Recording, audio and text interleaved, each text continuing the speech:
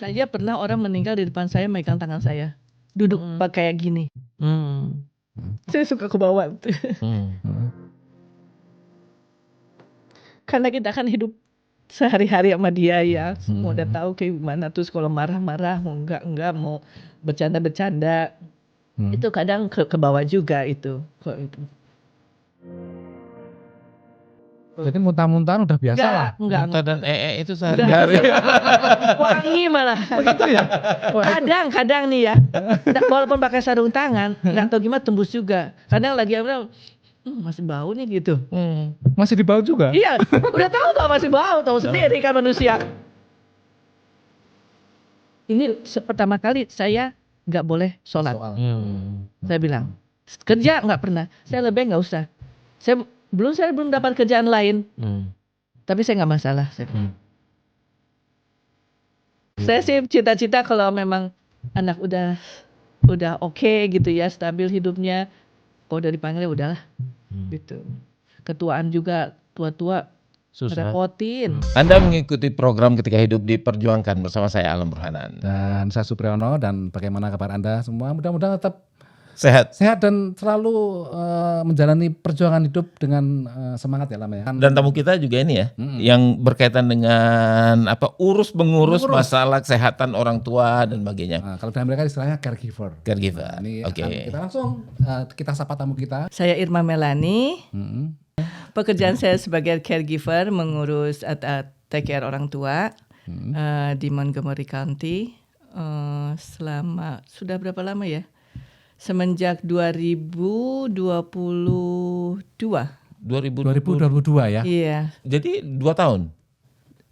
2022. Oh, 2002. Jadi Biar awet muda. 22 tahun ya. Nah, Cukup lama ya. Orang bilang kalau sudah menjadi lansia itu kembali lagi menjadi bayi. iya. Kok Jadi betah Mbak? banyak ini. Ya nggak tahu ya, saya juga nggak tahu. Ternyata saya juga mencintai pekerjaan ini tuh secara nggak sadar, karena secara kebetulan satu-satunya kerjaan yang saya dapat waktu itu apa aja gitu, yang penting halal gitu. Terus saya bilang ke mama saya dapat kerjaan ngurus orang tua. Ya nggak apa-apa, kamu kan nanti kalau mama perlu bantuan kamu belum tentu kamu ada di sini gitu. Nah, anggap aja kamu ngurus mama gitu. Karena mama tahu kan gimana sayangnya saya sama mama.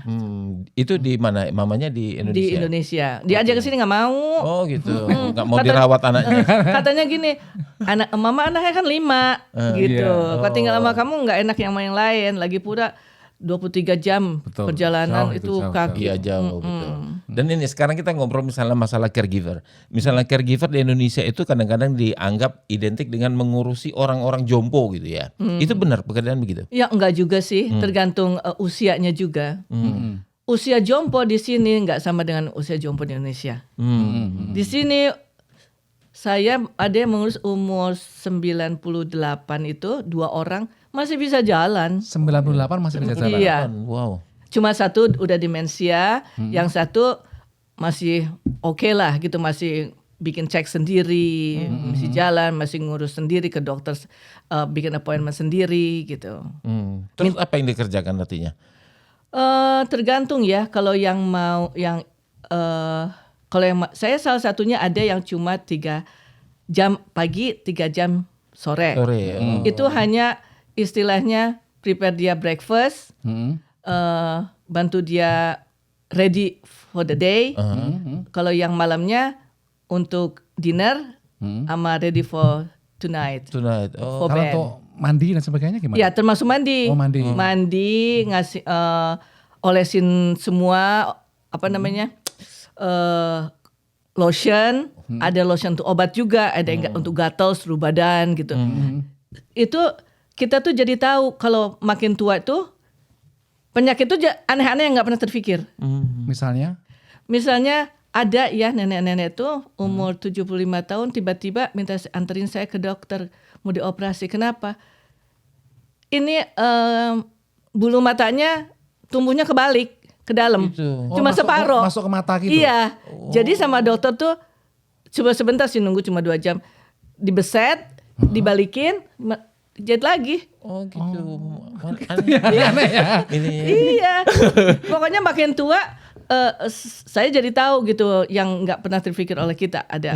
Jadi kita nggak pernah tahu kalau kita sehat waktu muda belum tentu udah tua. Dan tuanya kita nggak pernah tahu kapan tuanya kita. Nah, ini Mbak, kalau di Indonesia kan ada persepsi entah benar atau salah kalau orang Amerika itu kalau tua sama anaknya ditaruh di Panti jompo atau tempat berbeda. Itu bener atau enggak? Dan kalau yang dirawat Mbak Irma itu sekarang di pantai jompo atau di rumah-rumah? Ada rumah sendiri, terus ada apartemen yang kecilan tapi dia masih bisa berdiri sendiri.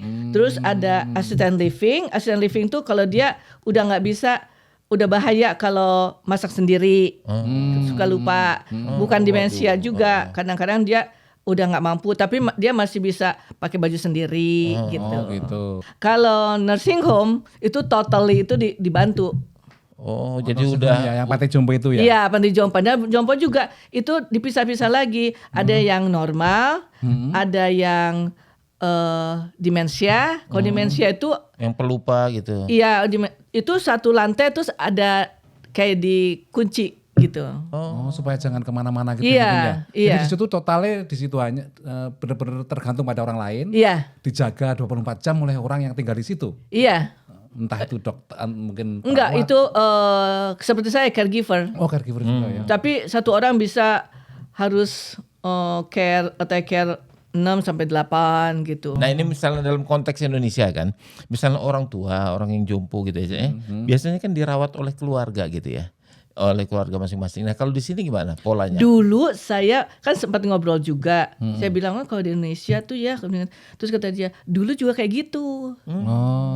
Mungkin tergantung kesibukan anak-anaknya Tapi dan terus rumahnya. ke mungkin ya, Mbak, ya. sini mungkin orang mulai sibuk kan urusan sendiri gitu. Soalnya di Amerika kan rata-rata orang Amerika urun 18 tuh keluar rumah gitu loh. betul. Jadi dia harus berdikari. Kalau orang Indonesia kan rata-rata kan kalau belum diusir ya nggak pernah diusir sih. Setidaknya nikah gitu. Nikah juga karena kan sama orang tua juga yang punya anak gitu.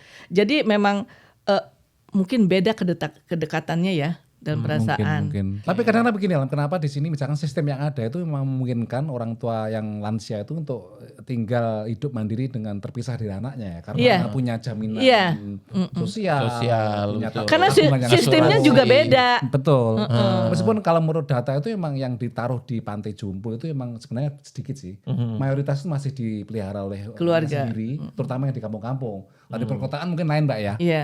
Mungkin juga di kota sudah ada bisnisnya kan. Nah, Iya. betul. Dan Penitipan dan orang pelayanannya juga bagus. Nah, Mbak, Betul. untuk menjadi seorang caregiver itu apa aja persyaratannya? Itu Pak? tergantung ya, tapi saya lebih prefer mesti kursus dulu, ambil license. Oh. Minimal punya license, orang License lebih apa itu? percaya. Jadi sekarang berapa orang yang dirawat Mbak Irma? Kita grup ya, pertemanan gitu. 10 orang ada 4, nenek-nenek berkisar 92, 98. Ya. Gila banyak. Yang ya. meninggal, yang baru kemarin tuh meninggal udah 100 malahan. Oh iya. 100 masih tahun. 100 tahun masih oke, masih bisa. Dia orang Kristen masih ke gereja baca statement ya, baca itu. Nah, ini ngomong-ngomong tadi misalnya ada salah satu pasiennya misalnya tadi kan masih aktif di gereja gitu. Nah, jadi saya kepikir nih. Nah, Mbak Irma kan misalnya pakai jilbab gitu kan. Mereka tanggapannya gimana misalnya? Enggak masa udah biasa sih aja lihat ya? saya. Udah biasa melihat saya. Jadi memang nggak ada perilaku yang Enggak, rasis sebagainya ya. Nggak, oke aja ya. Ya so far sih enggak ya, enggak tahu di tempat lain gitu ya. Tapi secara umum rewel atau gampang atau gimana menangani orang tua di sini mengasuh merawat? Ya sama aja sih kita juga yang muda-muda kalau lagi nggak enak badan kan rewel ya gitu. Cuma yang perlu sabar aja gitu aja. Paling berat apa merawat mereka, merawat orang tua di sini tuh, Mbak? Memandikan atau mungkin malah hal yang lain? Ini loh kalau orang udah demensia ya kadang kita tuh susahnya gini loh. Kita harus ngarang cerita juga. Kita mesti berpikir apa yang kita lakuin nih. Kita ngikutin jalur pikiran dia, apa kita benerin? Gitu. Kan kalau demensia itu dia masih inget yang dulu-dulu. Iya. Oh, yang lama-lama memori ingatan masa lalu gitu ya? Iya, jadi misalnya dia ngerasanya misalnya, oh, saya mesti pergi sekolah nih, katanya gitu. Saya bilang, sekolah, emang kamu masih sekolah? Iya, dan mama saya belum datang. emang kamu umur berapa? 14 tahun. Oh, kalau ada panggilan waktu-waktu mesti datang juga ya ke sana. Sekarang sih saya memang di sana. Sekarang semua 24 jam. Jadi itu 7 hari. Bergilir 10 orang itu. Giliran. Merawat berapa orang? 10 orang, 4 orang. Iya. Jadi 24 bergilir gitu ya. Iya. Nah ini kalau misalnya boleh tahu nih ya, kisaran mereka itu kan perlu, itu kan dirawat 24 jam itu kan mahal biayanya. Mahal kan, seharusnya. Nah, artinya orang-orang kaya kan jadi. Iya. Jadi, nah, misal kisarannya berapa itu satu pasien? 25 ke 30 gitu. Amat tergantung juga. Kalau orang baru kita bisa ngecasnya lebih, tapi kita udah lama kerja sama dia kayaknya nggak tega juga gitu. 25 sampai 30 ribu. Dolar per jam. Dolar per jam. Jadi 24 jam kan? 25 dikali 24 jam. 600 dia bayar sehari. Itu hanya untuk bayar caregiver. Belum yang lain-lain. Belum makanan, belum obat, belum fee untuk maintenance di situ. Waduh, jadi lihatlah. Jadi kalau misalnya rata-rata orang yang dirawat itu artinya punya uang. Pokoknya komplek yang tempat nenek saya tinggal itu harus transparan keuangannya. Kalau mereka lihat nggak akan cukup selama sampai dia meninggal di situ, nggak akan diterima. Oh gitu ya. Oh diseleksi dulu Mbak ya. Iya. Tapi juga ada tingkatannya. Misalkan yang nggak cukup bisa ada yang mungkin di bawahnya gitu Mbak ya. Mungkin loh ya ada kan? Mungkin ada ya. Tapi yang saya tahu juga kayak single house-nya gitu ya. Itu 1 M gitu. Oh gitu ya. Belinya. Iya, kalau mengingat misalnya biaya dia anggaplah sehari $700 ya. $700 berapa? Artinya sekitar 11 juta dia sehari. Makanya beberapa orang Amerika yang pensiun itu ada pilihan misalkan ke Meksiko. Iya, betul. Sekarang lagi di Puerto Rico, perbatasan Costa Rica. Banyak yang ke sana karena emang dengan misalkan uang yang sama mereka kumpulkan di sana bisa lebih mewah. Oh iya. Iya. Dapat pembantu di sini nggak bisa pembantu. Iya. Itu Mbak ya. Pembantu nggak ada yang membantu ya. Udah kayak raja. Sama aja sama kita juga pembantu sebetulnya. Ini kenapa Mbak Irma ini betah ininya tadi? Mungkin nggak tahu ya.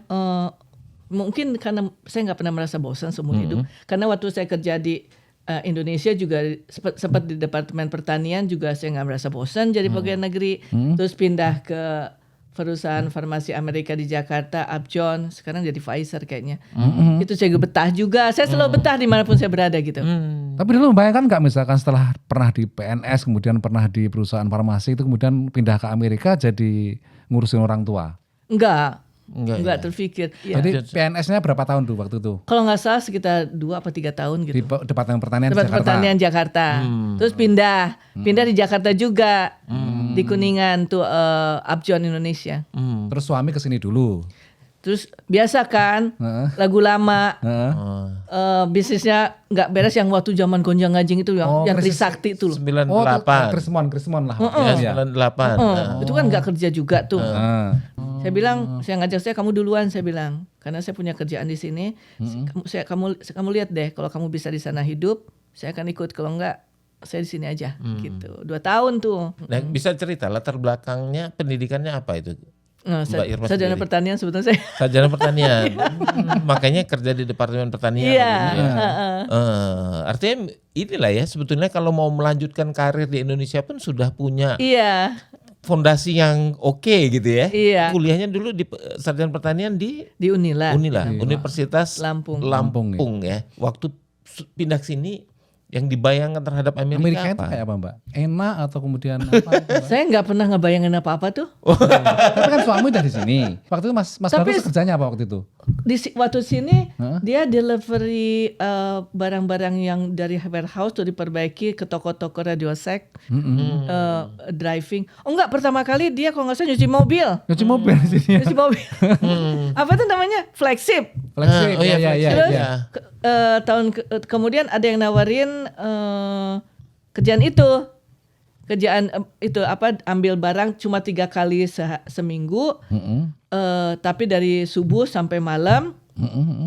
Itu lumayan juga, bersihnya 4.000 sebulan. Waktu itu loh ya. Makanya kamu sini aja gitu. Cukup lah ya untuk hidup keluarga. Tapi saya kan udah kebiasa kerja, saya harus punya kerjaan gitu aja. Beginilah alam perjuangan, artinya banyak yang seperti Mbak Irma ini ya, yang dulunya di Indonesia mungkin pegawai negeri atau punya karir kerja lah. di bank, kemudian akhirnya ke Amerika harus kembali dari nol Mbak ya, mulai dari nol kan? Saya nggak mikir nol apanya. Enggak ya? Saya jalanin aja waktu itu. Nggak kepikir saya, nggak pikir apa-apa saya. Karena di sini bertemu dengan suami, kemudian juga membesar anak-anak di sini, pekerjaan apapun dilakoni Mbak ya. Iya, saya nggak pernah merasa berat. Nah itulah yang kadang-kadang ini ya, yang perlu digambarkan juga bahwa banyak orang Indonesia misalnya yang kesini ya dengan latar belakang pendidikan yang cukup, background pekerjaan yang baik waktu di Indonesia, kemudian di sini ya harus memulai lagi. Kayak Mbak Irma telah mencontohkan nih, apa aja lakuin aja ya, gitu aja ya waktu itu. Yang penting happy aja gitu. Happy aja. Nah terus ini sudah merawat berapa orang selama Mbak Irna 22 tahun berkarir? Nggak tahu ya, karena yang saya pernah orang meninggal di depan saya megang tangan saya, duduk kayak gini. Pernah itu ya? Pernah, dia pegang tangan saya, ngeliatin ke saya juga liatin dia, senyum aja gitu. Terus tiba-tiba dia 3 kali, matanya dulu muter, terus 3 kali gini, hilang. Saya pegangin gini, pegangan gitu, duduk meninggalnya. Itu pertama kali mengalami atau ada yang lain? Enggak, yang kemarin tuh sempat juga dia perhitungan banget, masih baru sih waktu itu. Saya mau sholat, saya urusan udah beres, kan perjanjian 3 jam. Nah saya seharusnya jam 7 kan selesai, tapi sebelum jam 7 saya udah selesai semuanya. Saya mau sholat, lagi sholat, jangan ngapain kamu sholat gini, saya selesaiin dulu gitu. Emang kenapa? Saya kan urusannya udah beres. Iya kan kamu ambil awal saya. Sekarang gini aja deh, saya bilang. Saya cariin kamu orang yang bisa nggak usah sholat, saya bilang. Agama lain. Jadi kamu nggak usah khawatir. Ini kamu. Oh bukan begitu. Enggak. Ini pertama kali saya nggak boleh sholat. Saya bilang. Kerja nggak pernah. Saya lebih nggak usah. Kalau udah marah saya nggak mau ngomong karena mulut saya kan agak pedas juga. Saya daripada dia sakit hati lah diam. Biasanya kan saya kalau ya tersinggung saya dong. Namanya lagi anak-anak sholat kan si sholatnya kesel juga saya. Terus dia bilang saya minta maaf. Saya bilang kamu harus tahu saya tuh udah tua. Saya mesti dekat sama Tuhan. Saya bilang. Ya saya juga udah tua dalam hati gue. Nah lu tahu lebih tua dari gue. Enggak, supaya kamu enak, saya enak. Saya bilang gitu. Kamu gak merasa rugi, saya juga gak merasa dirugikan. Saya bilang gitu. Enggak, kamu aja katanya gitu. Sejak itu gak berani lagi. Gak berani lagi ya. Atau kalau saya lagi sholat, dia gak dengar. Manggil-manggil, Allahu Akbar. Dia denger. Itu ngerti dia. Jadi banyak sekali ya seninya. Keanehan yang ada ya. Ini Mbak kan sudah merawat orang ya, lama gitu ya. Dan sudah biasa mengalami anunya. Tapi kalau misalkan ada yang meninggal pasti gimana Mbak perasaannya? Oh iya itu. Apalagi di depannya meninggal tuh Mbak ya. Saya suka kebawa tuh. Karena kita kan hidup sehari-hari sama dia ya. Semua udah tahu kayak gimana. Terus kalau marah-marah, mau enggak, mau bercanda-bercanda. Itu kadang kebawa juga itu.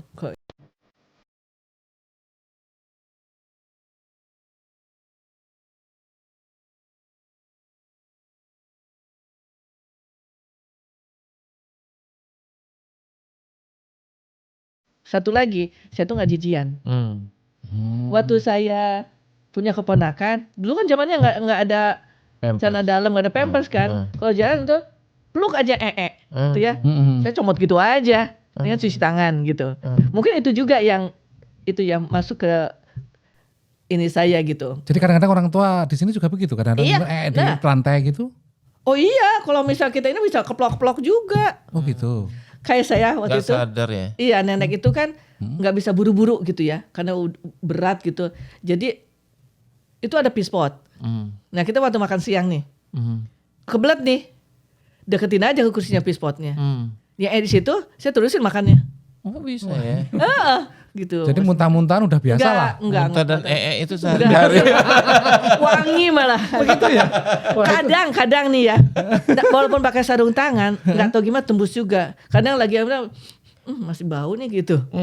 Masih di bawah juga? Iya, udah tahu Mbak masih bau, tahu sendiri kan manusia. Jadi tahu, bau, kayaknya bau bener. Nih. Udah tahu terus. Oke, nah ini sekarang ini yang Mbak Irma tadi nyatakan dia suka semua ya, nggak pernah bosanan. Tapi ada nggak hal yang nggak disukai gitu dari kerjaan ini? Enggak Nggak ada ya? Semua suka terus? Oh, tapi yang pasti ketika ada kematian itu pasti. Iya, cuma sedih kematian terus. Mungkin terus ingat ibu juga gitu Mbak ya? Iya. Karena waktu setahun di sini ibu saya tuh, saya waktu itu kan belum ada FaceTime tuh, masih pakai kartu beli. Tiap malam tuh saya telepon, beli kartu telepon terus 2 minggu sebelum meninggal tuh, aduh mama nggak enak nih dada nih katanya gitu. Bilang, mah periksa dong, katanya. Enggak, ini paling capek masuk angin karena mama kan sendiri, semua anak udah keluar. Oh gitu. Ya. Masih muda sih mama saya 63 tahun, jantung itu keturunan. Jantung, ya. Nah Mbak merasa ini ya, merasa ada apa ya? Nelongso, merasa Oh, bersalah gitu loh. Kenapa Iya. aku nggak ada di sana Saya kan ngerawat dia? Iya, sekarang sempat saya bilang saya mau pulang ya. Nggak, ngapain pulang juga kan udah dikubur katanya, doain aja dari sana. Gitu. pernah nggak misalnya ada cerita-cerita misalkan yang rawat orang tua itu kadang-kadang ya dapat bonus lah karena orang tuanya baik, orang itu yang dirawat baik kan, Iya. tak kasih kamu cek 10.000 atau apalah untuk ini, kasih mobil gitu. Warisan Kadang-kadang, loh. apalah gitu. Waktu meninggal biasanya dikasih, tapi nggak semua, tergantung. Nggak semua ya? Dia pernah ngasih saya ini surat, kasih ke anak saya, bilang ke dia dibuka pas saya mati gitu. Nah waktu dia meninggal, anaknya tuh buka mungkin, terus ngomong ke saya, ibu saya pengen ngasih kamu segini karena bagi dia katanya kamu seperti anak perempuan yang tidak pernah dia punya. Gitu. Oh, jadi itu kan kadang-kadang banyak di cerita-cerita film kan. Iya. Seperti orang kaya di New York dulu pernah misalkan anjingnya dapat, kemudian Iya. pembantunya yang dari Filipina juga dapat, bahkan anaknya malah nggak dapat. Jadi Iya. kadang-kadang ada cerita begitu kan Mbak. Iya, Kisah nyata karena seperti itu. yang rawat siapa gitu. Jadi dia merasa dekat gitu ya. Iya. Mbak Irma ini kan sudah cukup lama di Amerika dan lama tahu kondisi bagaimana kehidupan orang tua di sini Mbak ya. Kalau membayangkan nanti misalkan pengen pensiun, itu pengen di sini atau di Indonesia Mbak? Masa tua. Iya, saya sih cita-cita sih pengen nggak ganggu anak gitu loh. Pengennya mereka punya kehidupan sendiri, ya mereka masih muda gitu. Tapi kalau mereka urusan masing-masing, kalau mereka happy, why not? Ya. Mudah-mudahan aja saya juga nggak ngerepotin banget. Maksudnya kalau sampai demensia kesian juga sih. Gitu. Saya sih cita-cita kalau memang anak udah oke gitu ya, stabil hidupnya, kalau udah dipanggil ya udahlah. Gitu. Ketuaan juga tua-tua Susah. ngerepotin, ngabisin duit. Iya. Tapi tetap 50-50 lah ya antara Indonesia dan sini. Iya. Pokoknya kalau saya punya, masalahnya nabung juga susah karena kita mesti bantu keluarga di Indonesia juga. Oh gitu ya. Saya bantu dari keluarga dari pihak sepupu, bukan keluarga asli saya, bukan langsung saya. Keluarga langsung saya mah mikirnya gini, jangan kirim saya mah, kamu udah seneng aja, kita udah seneng gitu. Jadi kalau kamu susah kita nggak bisa bantu, jauh lagi gitu. Dan pasti lebih gede gitu Iya betul. Betul. apanya Dan jumlah nilai uangnya. uangnya. Iya. Jadi kalau kakak saya tuh nyariin keluarga pihak bapak, pihak mama itu yang nggak mampu gitu. Terus kita patungan gitu. Jadi saya ngasih petty cash, setiap habis saya kirim itu. Biasanya untuk lebaran juga, untuk sekolah. Mau sekolah juga. Terus atau yang mau usaha tapi yang nentuin kakak saya masuk akal enggaknya gitu. Mereka kakak saya nggak mau ngasih nomor saya. Nanti pusing kamu, nanti mereka langsung gitu katanya gitu. Betul. Jadi beginilah, kalau pendatang di Indonesia di Amerika itu memang selalu ada tanggung jawab kayak seperti itu ya. Iya, tanggung jawab Iya. sosial Kadang-kadang ya. diminta Yang atau tidak minta, keluarga besar yang mungkin bukan keluarga inti pun kadang-kadang juga Iya. mungkin bantu Mbak ya. Saya ada sahabat juga sih yang Ya, seperti saya itulah bantu. ya. Padahal Menganggap ini apa di sini gampang untuk cari uang, padahal ya sama juga. Iya, kan? iya. Juga Karena kita kerja pakai keras. juga. Betul. Di sini juga meskipun dibayar dolar, pengeluaran juga dolar, Iya. harus bayar bill ini, bill itu, listrik. Iya. Jadi Paycheck to paycheck. juga. Iya. paycheck. Bagi orang Indonesia lah misalnya yang ingin bekerja misalnya sebagai caregiver gitu, apa tuh yang diperlukan pertama apa aja? Pertama license, kalau untuk secara official ya. Kedua bisa nerima kadang orang tuh capek juga dengerin gitu. Maksudnya kok yang diurusin kok penyakit melulu gitu loh. Ngurusin orang tua kan gitu, ngeluh melulu gitu. Ya harus bisa nerima itu. Harus ada sabar gitu. Terus tidak jijian juga harus. Oh itu nomor satu kayaknya. Kalau dipikir bukan nomor satu kayaknya. Kalau kamu jijik ya jangan merawat orang tua Nggak ya bisa, Mbak ya. nggak bisa. Karena ya bisa muntah, bisa pup di mana-mana, Iya. kencing mungkin di mana-mana. harus Kalau gantiin kita dapat popok. kadang kalau kita dapatnya klien yang masih oke hanya nemenin dia, misalnya ke dokter, ngasih makan dia bisa mandi sendiri gitu. Gak usah nyebokin gitu. Kalau yang memang udah nggak mampu ya Iya. Harus nyebokin segala Mbak ya. semua ya. Kalau ya tergantung kita dapat kliennya gitu. Jadi harus siap. Iya, Dapat nggak klien bi- seperti iya. apa ya? Nggak bisa milih. Kadang ada orang, Cok, kalau bisa jangan yang nyebokin yang ini. Gue juga mau kalau gitu sih. Gua kalau untuk gue aja tuh. Bang. Ya, jadi memang akhirnya ya secara gamblangnya tidak semua orang bisa melakukan itu ya. Ya, itu saya pikir hanya orang-orang yang punya kualitas tertentu lah. Kualitas itu ya Karena nggak semua orang kan berat bagi saya yang bayangkan- nyebokin orang lain lagi.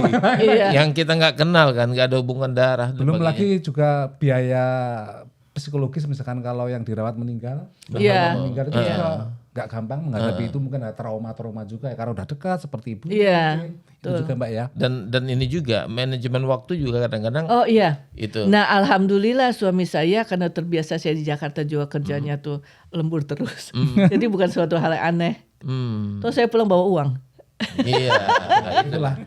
Oke, kita akhiri dulu ya perbincangan kita tentang gambaran bagaimana perjuangan diaspora Indonesia di Amerika tentang kehidupannya di sini ya. Jadi bekerja sebagai caregiver Uh-huh.